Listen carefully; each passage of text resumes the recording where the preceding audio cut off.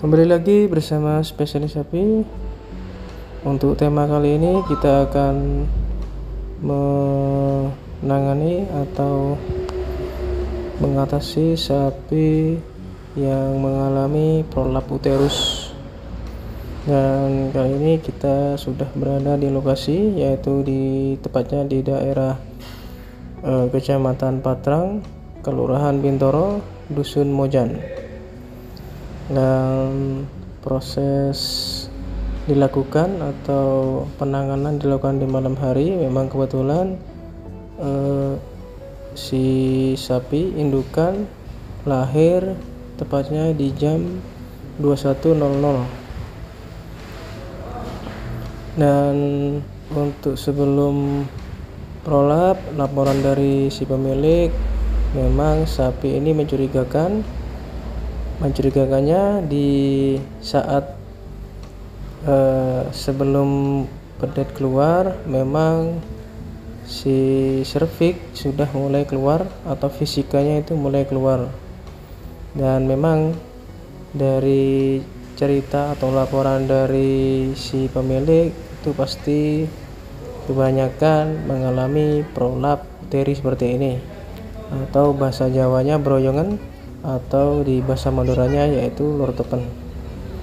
Nah, untuk kali pertama kita lakukan pemisahan dulu antara plasenta dan uterusnya. Kita pisahkan sampai betul-betul bersih. Prolap vagina atau prolap uteri ini terjadinya memang saat cervix tidak membuka secara sempurna, akan terjadi seperti ini. Cervix yang belum buka sempurna, dengan si induk sudah kesakitan di perutnya atau mengalami sakit di arah perut, dia akan mencoba untuk mengeluarkan atau merejan atau memaksa untuk kontraksi untuk mengeluarkan pedet atau anak dari si induk. Nah, karena cervix tidak terbuka dengan sempurna, maka dari itu akan terjadi prolap uteri atau broyongan atau lortopen di bahasa Maduranya. Lah, oleh karena itu sapi seperti ini, untuk mengatasi hal-hal seperti ini, lebih baik lakukan yang pertama adalah exercise menjelang lahir atau partes, atau exercise di trimester ketiga, atau tepatnya di 6 bulan ke atas atau 6 bulan ke depan, di 7 bulan, 8 bulan atau ke 9 bulannya harus sering exercise atau jalan. Dan untuk caranya dari peternak itu cukup dikeluarkan aja dari kandang agar dia berjalan seperti biasa atau keliling di area yang sudah disediakan oleh peternak. Dan yang kedua adalah berikan makanan-makanan yang bergizi atau yang bernutrisi tinggi, karena saat nutrisi yang rendah akan mengakibatkan hal-hal yang seperti ini. Dan proses selanjutnya adalah setelah membersihkan, yaitu memasukkan uterus ke dalam dan dibantu oleh si pemilik. Nah, untuk tahap ini memang agak sulit. Sulitnya adalah kita harus menggunakan tenaga ekstra untuk memasukkan, karena di sana uterus atau si sapi akan melawan saat dicoba untuk dimasukkan oleh kita. Nah, ini kita masukkan, harus hati-hati, kornua atau kotiledonnya harus dijaga agar tidak lepas. Apabila kornua atau kotiledon ini ada yang lepas, salah satu ada yang lepas, akan terjadi pendarahan dan itu sangat berbahaya ke pada si induk. Kita coba saat dia mulai melawan atau merjan, kita tahan terlebih dahulu dan sesekali kita masukkan pelan-pelan. Dan ini hampir selesai untuk proses masukkannya.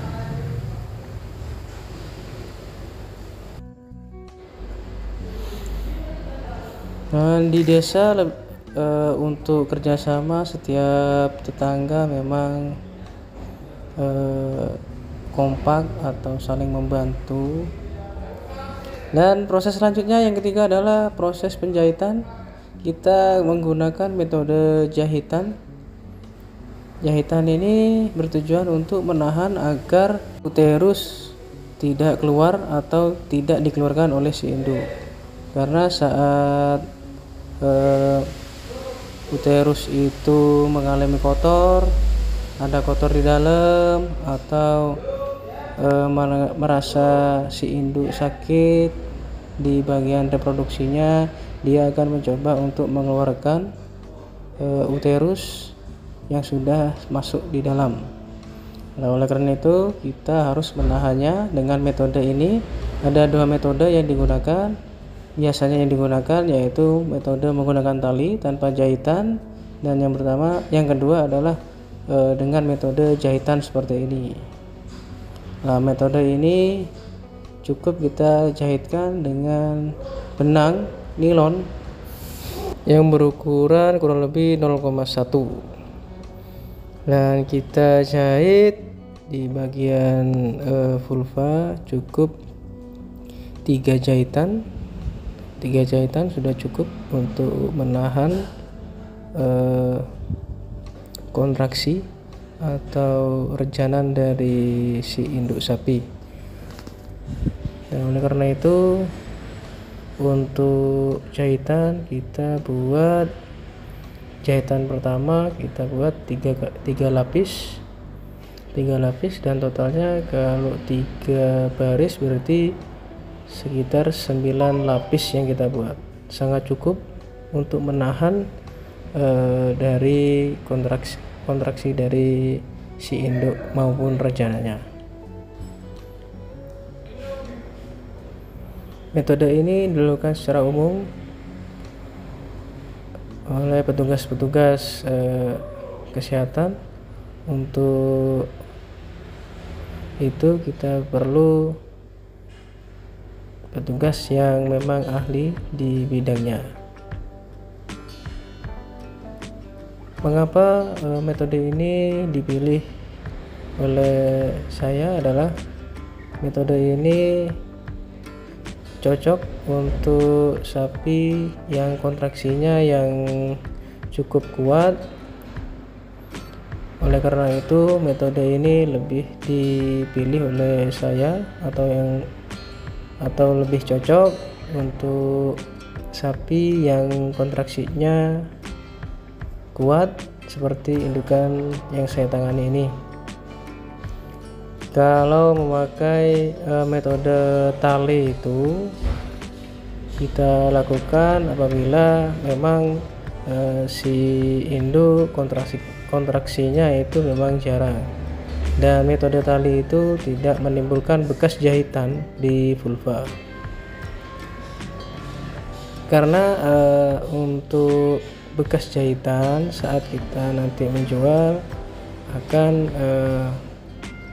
membuat nilai dari si induk akan berkurang.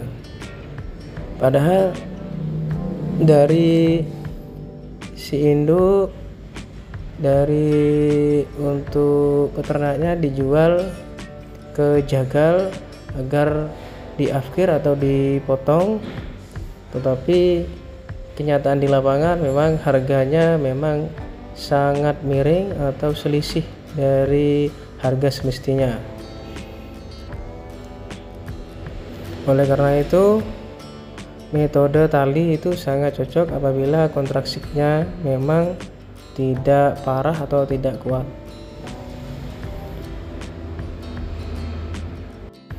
Sapi yang kita tangani adalah jenisnya Limousin sudah masuk peranakan kedua atau F2, dan untuk pedetnya sudah akhir 3 jam yang lalu. Itu kelaminnya betina dan jenisnya limosin juga. Memang dulu saat IB yang dilakukan itu memang menggunakan jenis limosin dari Ungaran.